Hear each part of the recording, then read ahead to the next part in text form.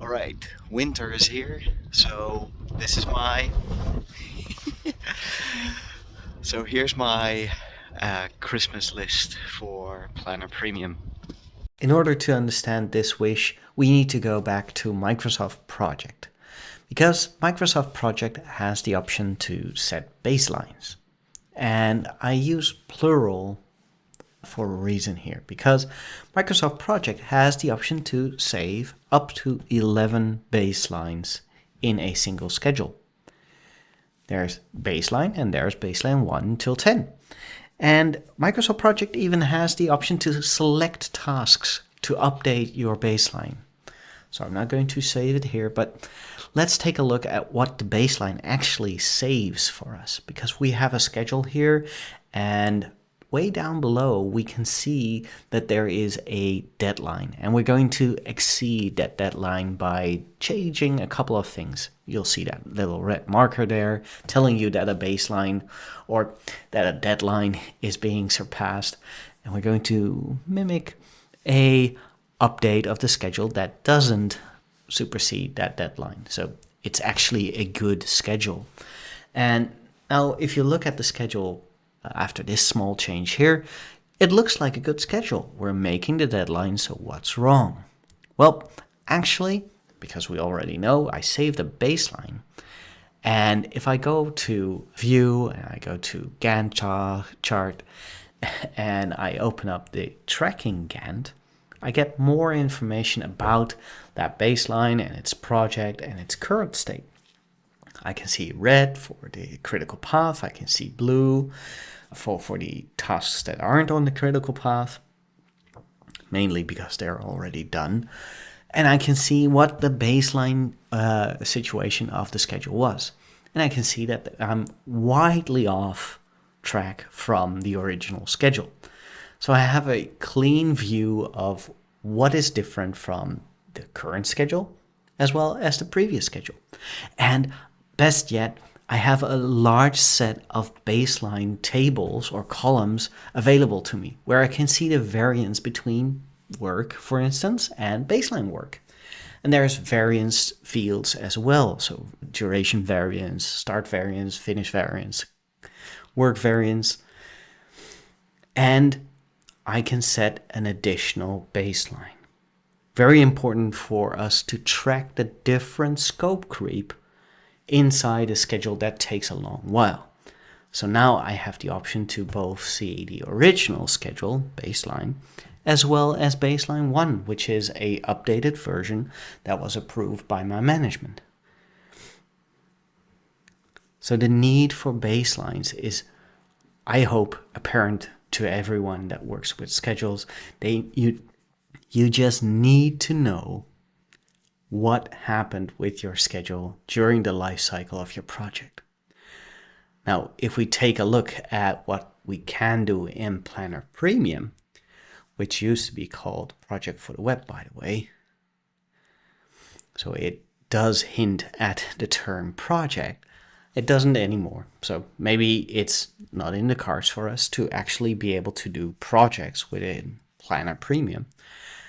But this is a premium plan that I created, and it has the option, or let's take a look. It has baseline option, and you can create a baseline.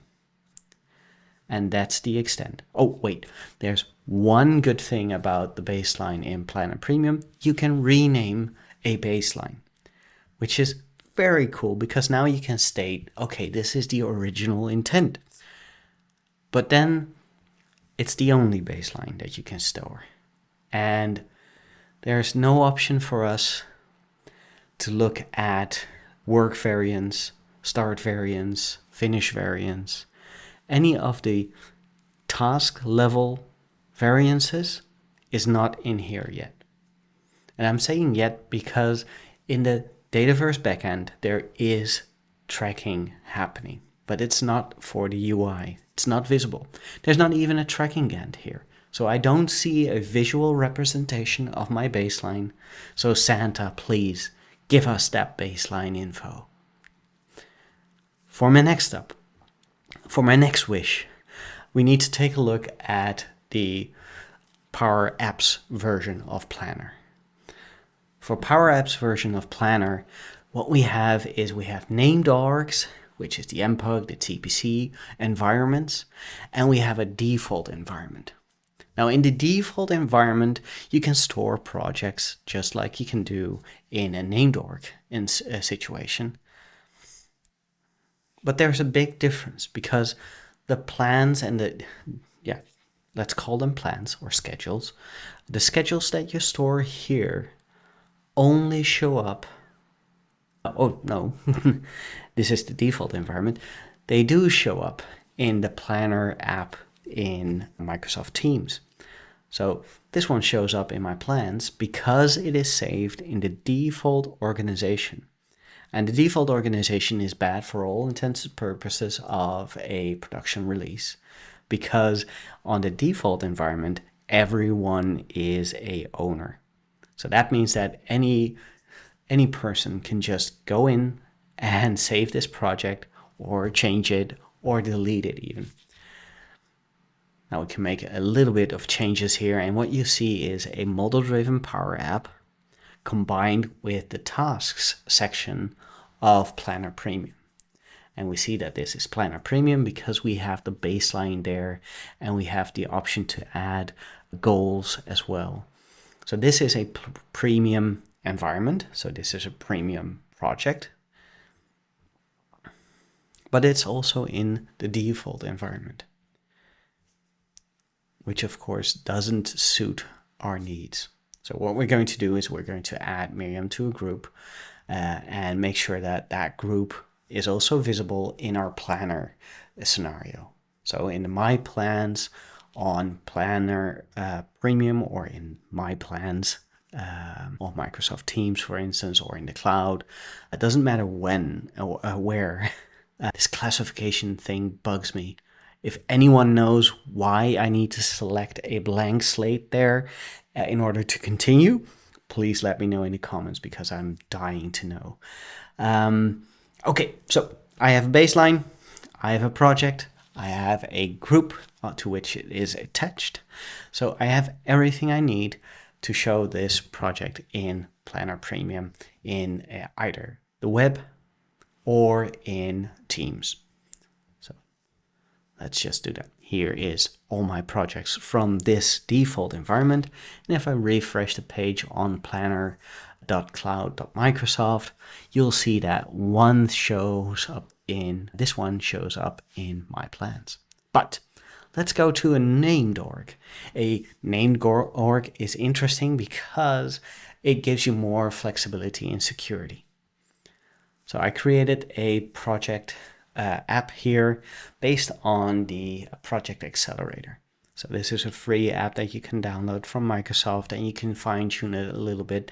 It isn't anywhere close to the Power PPM, but then again, it is a free app. So from here, I'll go to plans, and from the plans, I'll just reiterate a couple of the things that we've done in the original default environment. So I'm going to create another project, and it will become very clear that this is just a local instance of the Dataverse, right? So the Dataverse here is not a part of the Planner Premium or the planner.cloud.microsoft environment. So Santa, please make sure that named org support in planner.cloud.microsoft is a part of the solution. I wanted to have this combined with the same organizational, the same team. So the default group again. I'll add Miriam again to this task, and I'll add her to the already currently existing group. There's something wrong here. Let's see, default group, and then add to a group. Of course, instead of creating a new group, I'll just add to the group. All the way down, because of course there's no search option here.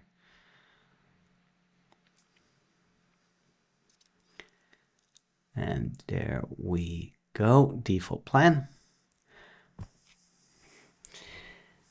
And I can jump high and low, but this is a schedule that we will not, for the foreseeable future, or at least I hope in 2025, we will see named org support for planner.cloud.microsoft.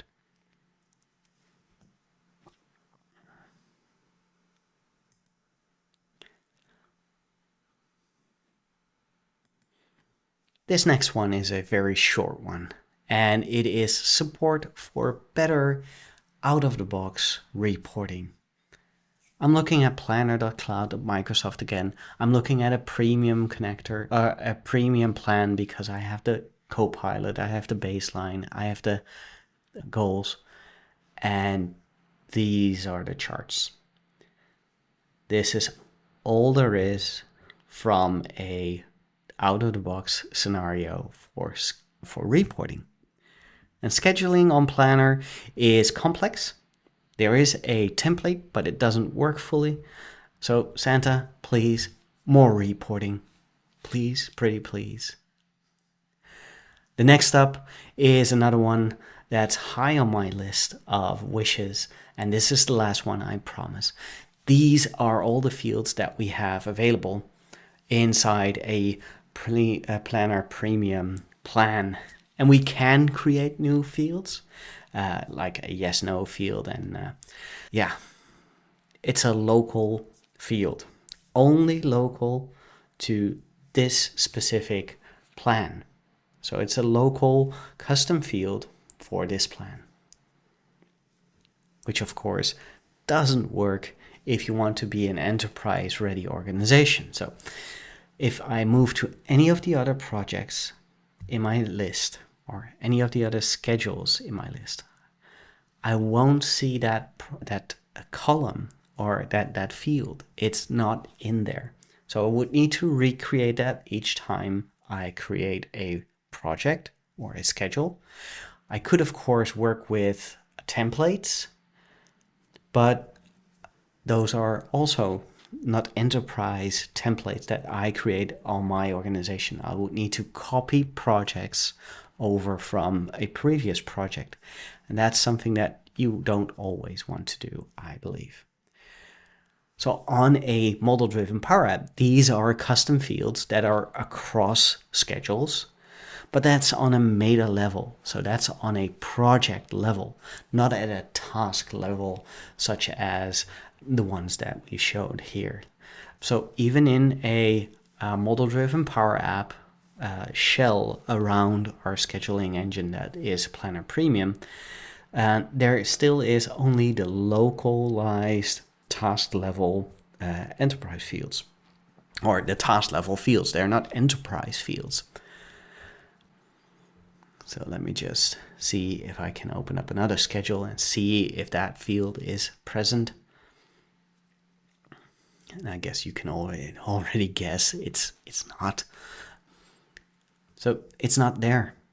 And let's take a look at how it used to be when we used to have a project for the web or project online or project server. There was this enterprise custom fields and lookup tables option. And in there, we could create new fields, and they could be in either one of these three types. They could be on the project entity or the task or even the resource entity. And that's it for now. For my wish list for Christmas, what would be optimistic, I guess. So this is my wish list. It's a Christmas wish list, but for 2025. Please, let's make this work. Thanks for watching, and I hope to see you next time.